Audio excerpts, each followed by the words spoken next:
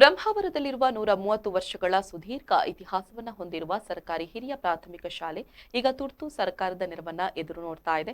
750ಕ್ಕೂ ಹೆಚ್ಚು ಕಲಿತಾ ಇರುವಂತಹ ವಿದ್ಯಾರ್ಥಿಗಳು ಈ ಶಾಲೆಯ ಹಳೆ ಹೆಂಚಿನ ಮಾಡಿನ ಕಟ್ಟಡ ಇತ್ತೀಚಿನ ಗಾಳಿ ಮಳೆಗೆ ಹಾನಿಗೊಳಗಾಗಿದ್ದು ಮಕ್ಕಳು ಭಯದಲ್ಲೇ ಕಲಿಯುವಂತಾಗಿದೆ.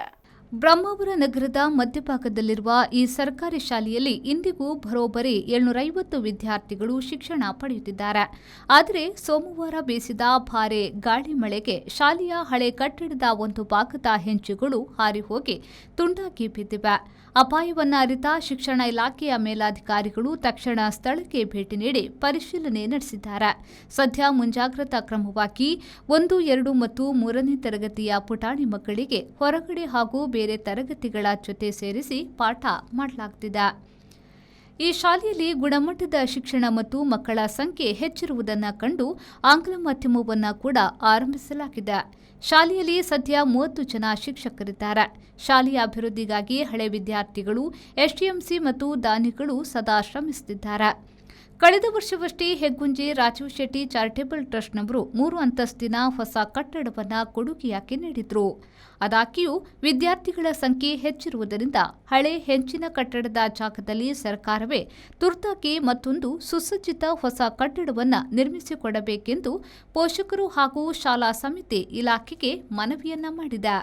ನೂರಾರು ಬಡ ಮತ್ತು ಮಧ್ಯಮ ವರ್ಗದ ಮಕ್ಕಳಿಗೆ ಆಸರೆಯಾಗಿರುವ ಈ ಐತಿಹಾಸಿಕ ಶಾಲೆಗೆ ಸರ್ಕಾರ ಕೂಡಲೇ ಸ್ಪಂದಿಸಿ ಮಕ್ಕಳಿಗೆ ಸೂಕ್ಷ್ಮ ರಕ್ಷಣೆ ಹಾಗೂ ಭದ್ರತೆಯೊಂದಿಗೆ ಶಿಕ್ಷಣ ಸಿಗುವಂತೆ ಮಾಡಬೇಕಿದೆ. ಸರ್ಕಾರಿ ಪ್ರಾಥಮಿಕ ಶಾಲೆ ಬೋರ್ಡ್ ಶಾಲೆ ಅಂತ ಒಂದು ಹೆಸರುವಾಸಿಯಾಗಿರುವಂಥ ಬ್ರಹ್ಮಾವರ ತಾಲೂಕಿನ ಅತಿ ಹೆಚ್ಚು ಮಕ್ಕಳಿರುವಂಥ ನಮ್ಮ ಈ ಶಾಲೆಯಲ್ಲಿ ನಿನ್ನೆ ಪ್ರಾಕೃತಿಕ ವಿಕೋಪಕ್ಕೆ ಒಂದು ಹಂಚಿನ ಒಂದಿಷ್ಟು 10-15 ಹಂಚು ಹಾರಿ ಹೋಗಿದೆ. ಯಾವುದೇ ರೀತಿಯ ಅವಘಡ ಮತ್ತು ಅನಾಹುತ ಆಗಲಿಲ್ಲ.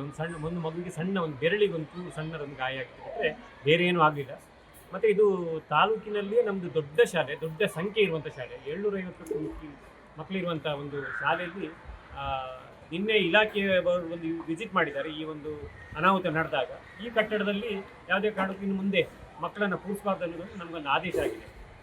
ಅದರಿಂದ ಸರಿಯಾಗಿ ಟೀಚರ್ನವರು ಕ್ಲಾಸನ್ನು ಕಂಬೈನ್ ಮಾಡಿ ಈಗ 2 ಕ್ಲಾಸನ್ನು ಒಂದೇ ಕ್ಲಾಸಿಗೆ ತಗೊಂಡೋಗಿ ಅದೆಲ್ಲ ರೆಡಿ ಮಾಡ್ಕೊಂಡಿದ್ದಾರೆ.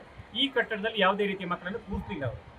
ಹಾಗೆ ಅದು ಇದೇ ರೀತಿ ಮುಂದುವರೆದ್ರೆ ಮಾತ್ರ ಕಷ್ಟ ಆಗ್ತದೆ. ಯಾಕಂತ ಹೇಳಿದರೆ 750ಕ್ಕೂ ಮಿಕ್ಕಿ ಇರುವಂಥ ಮಕ್ಕಳಿರುವಂಥ ಶಾಲೆ ಇದು. ಇಲ್ಲಿ ಕಟ್ಟಡ ಅಂದರೆ 6-7 ಕ್ಲಾಸ್ ಇದೇ ಕಟ್ಟಡದಲ್ಲಿ ಇತ್ತು. ಅದು ಈಗ 6-7 ಕ್ಲಾಸ್ ಶಾರ್ಟ್ ಆದ್ದರಿಂದ ಆಚೆ ಕಟ್ಟಡಕ್ಕೆ ಹೋಯ್ತು. ಎಲ್ಲ ಒಂದು ಕಂಬೈನ್ ಮಾಡಿ ಮಾಡ್ತಾ ಇದ್ದಾರೆ.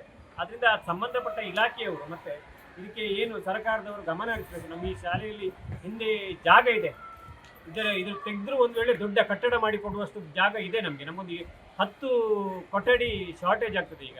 ಆದ್ದರಿಂದ ಅದು ಆದಷ್ಟು ಬೇಗ ಅದನ್ನು ಒಂದು ಸಂಬಂಧಪಟ್ಟ ಇಲಾಖೆಯವರು ಯಾರಂತ ನೋಡಿ ನಮಗೆ ಮಾಡಿಕೊಟ್ಟು ತುಂಬ ಉಪಕಾರ ಆಗ್ತಿತ್ತು.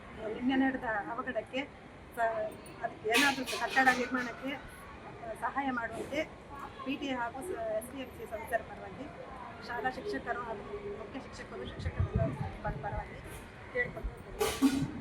Bureau report V4 news Brahmavar.